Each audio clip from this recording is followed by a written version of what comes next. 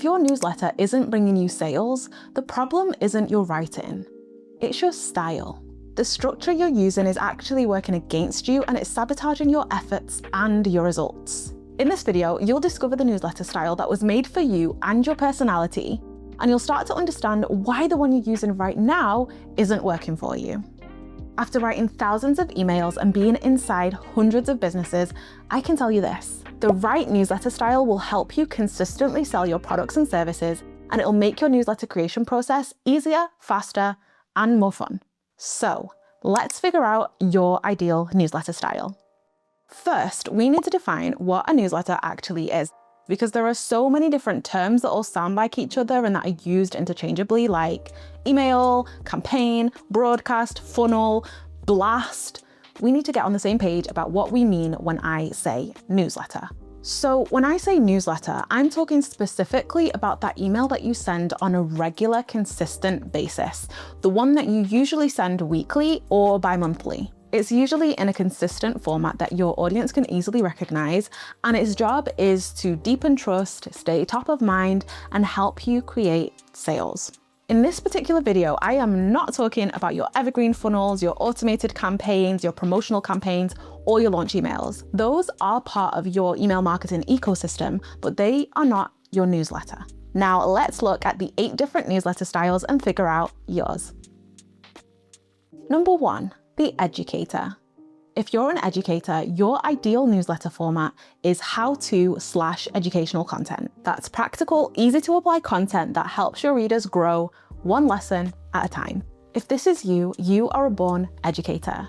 You are the person that friends always go to learn something new about your industry, and your aim is mastery. You want to know everything there is to know, and not just that, but you want to teach everything you know. You are the person that can break down complicated, hard to understand ideas into simple, uncomplicated ideas that everyone else can understand too.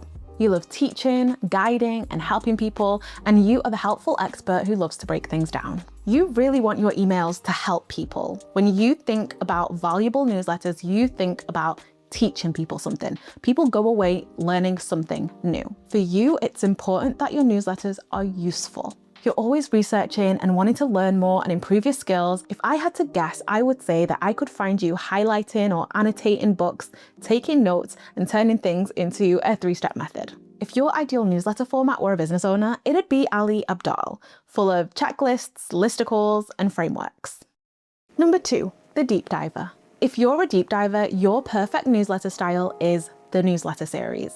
It's all about delivering in-depth, thoughtful content that positions you as the expert in your field. You are a researcher, an analyzer, someone who loves nuance and depth, and you're obsessed with the details. If I had to guess, I could probably find you diving into an hour-long podcast episode, or even a 2-hour podcast episode. You need space to dive deep. You love falling down research rabbit holes, spending ages analyzing and figuring things out, and you love exploration. If there's one thing you really hate, it's superficial content. You need your content to mean something. If your ideal newsletter format were a business owner, it'd be Ellen Yin. With you, there's no such thing as surface level, and every nook and cranny is always explored. And when you're writing that newsletter, you're not just exploring the what, but always the how and the why as well. Number 3, the process pro. If you are a process pro, your perfect newsletter style is repeatable segments or repeatable blocks. For you, it's important that your newsletter has a consistent format that makes it efficient and to the point. If I know you at all, you are someone who loves systems. You are efficiency crazy. You love SOPs and templates and automations, anything that helps streamline your work and make your life easier. You're efficient and organized and logical, and you want to get things done fast. You want repeatable processes everywhere, and there's no reason your newsletter can't do that as well. You're obsessed with productivity tools, and wherever you can, you are batching. You are batching content, you are batching meal plans, you are batching. If your newsletter were a business owner, it'd be Stephen Bartlett. You are obsessed with clear, repeatable steps. You are obsessed with scalability and getting things done fast. And you're interested in building consistent rituals and routines that help you work. Number 4, the storyteller. If you're a storyteller, then your newsletter is all about creating stories that leave a lasting impact and help build connection and depth with your readers. You are not interested in data-driven numbers. You are all about connection. Now, as a storyteller, you are someone who goes out in the world and sees stories everywhere. You walk into a cafe and the first thing you do is sit by the window so you can look outside and have a look at everyone walking past. Because as they walk past, you're creating stories and personalities and scenarios for them. You're creating whole backstories for them. You're probably someone who likes to journal or make a note of important things that happen. You love to listen to snippets of strangers' conversations and hear how other people tell stories. You are magnetic. You are the person people go to at a party for a really good story. And of course, you embellish just a little bit, because what good storyteller doesn't embellish just a little? You are creative, but you're also observant. You love when your friend sends you a good 8-minute voice note, and you could send a 15-minute voice note right back to them. For you, stories are a way for us to understand one another better and to connect with each other more deeply. If your newsletter were a business owner, it'd be Jasmine Star. Now, I don't know if you've ever heard Jasmine Star tell a story, but this woman is a masterful storyteller. For you and your newsletter, connection trumps data. It's emotionally driven and you care about leaving your audience feeling something. You prioritize connection, you share behind the scenes content, and you teach by telling stories about your personal life, your identity, and your entrepreneurship. Number 5, the creator. If you're a creator, your newsletter is all about promoting the content that you're sharing and getting your subscribers to engage with it. For you, creating content is as easy as breathing. You live and breathe ideas. You are the conversation starter, whether it's through podcasting, YouTubing, essays, blog posts, whatever it is. People hear what you're talking about and they respond to it. They agree with it, they disagree with it, they share it, they engage with it. People are interested to know about your ideas and beliefs and philosophies because you are an expert in your field. But it's not just the sharing of the content that you really love. You're actually in love with the process of creating content. You come alive during that process. And your audience can see that. Your creativity is a gift to your community. It feels like so much more than marketing because you're giving them a little piece of you every time you create something. You value originality, you hate being restricted, and you love being able to be creative and playful. If your newsletter were a business owner, it'd be Money with KT. You're prolific across multiple formats: books, podcasts, essays, newsletters, social media as well. You have brilliant ideas constantly. People talk about your content and you set the tone in your industry. Number 6, the curator. If you're a curator, your perfect newsletter style is the roundup. Your newsletter becomes the go-to source for curated resources and content. Your audience knows they can depend on you to share the most valuable tips, tools, and trends. Now, as a curator, you are a collector of great ideas and recommendations. You are able to connect people with resources, people with people, and problems with solutions. You are selective, thoughtful, and organized, and you are always able to see the good in people and things.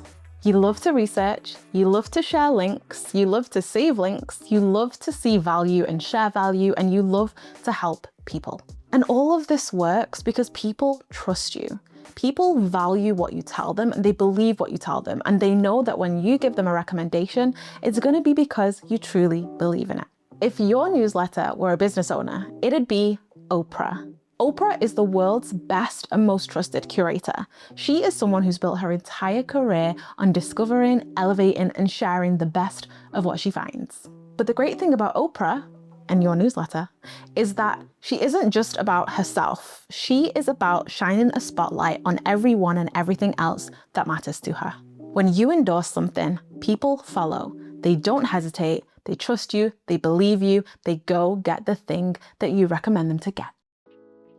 Number 7, the thought leader. If you're a thought leader, then your newsletter is about sharing bold opinions, challenging conventional thinking, and becoming an authority in your field. You are someone who is bold and unafraid of disagreements. You know what you think and you're not afraid to share it. Even when you're surrounded by people who have completely opposing ideas to you, you are not someone who's worried about sharing what's on your mind. When you speak with confidence and conviction. You're also a born speaker. If you're not doing it already, then you aim to speak on podcasts, speak on stages, and you likely have a book that's just like bursting inside of you. And you know you are not going to leave this earth without being a published author. You love to share hot takes, you love to write opinion pieces, you love to debate, and you love to deconstruct industry patterns and invite people to think about things in different alternative ways. Now, if your newsletter were a business owner, it'd be Rachel Rodgers. Rachel Rodgers is the author of a book called We Should All Be Millionaires, and she tells a story about when she told her publishers what she wanted the title to be, and they were like, no, that's too contentious. And Rachel's response was, of course it's contentious. Why would I write a book that isn't contentious? So she went ahead with We Should All Be Millionaires, and it really is the kind of title that people actually either love or hate. But she's okay with that, and she's comfortable with that. Your newsletter is the We Should All Be Millionaires of newsletters. It is bold, it is unafraid, it is maybe even a little bit controversial, and you are not afraid of it being controversial. And finally, number 8, the blender. If you're a blender, your perfect newsletter style is actually the blended approach. That's because you are fusing 2 or 3 of the different styles that I've shared here into your newsletter, because you have 2 or 3 different creative identities, and that's what your audience loves about you, your multidimensionality. If I know anything about you, you are multi-talented, you are multifaceted, you have lots of ideas and passions and talents, and you're tired of being chosen that you need to pick one. Because you're kind of thinking, well, why can't I just be and do all of it? You are versatile and fast moving, and you really don't want to be boxed in and restricted into doing just the one thing. That's why this style really works for you, because it's a combination of a few of the different things that we've spoken about today. You are very creative as a person. You love to experiment and explore and switch styles. You're very adaptive and, like I said, versatile. And you're very much driven by your mood and inspiration. And when you follow that energy, everything you create is so much better. One of the reasons you like to switch things up a little bit is because you get really easily bored. So it's important for you that your newsletter doesn't become too repeatable or repetitive, and that you have that space to switch things up a little. If your newsletter were a business owner, it'd be Kim Kardashian. So a lot of people forget that Kim is actually a business owner as well. And that's because she does so many things. She is a reality TV star. She is an influencer. She's a business owner. She's a lawyer in training. You kind of never know what she's gonna do next. And we've actually stopped being surprised at her surprising us. We've kind of accepted that she's good at a lot of things and she wants to do a lot of things. And that's you. That's your newsletter. So to wrap all this up, your newsletter isn't broken, it's misaligned.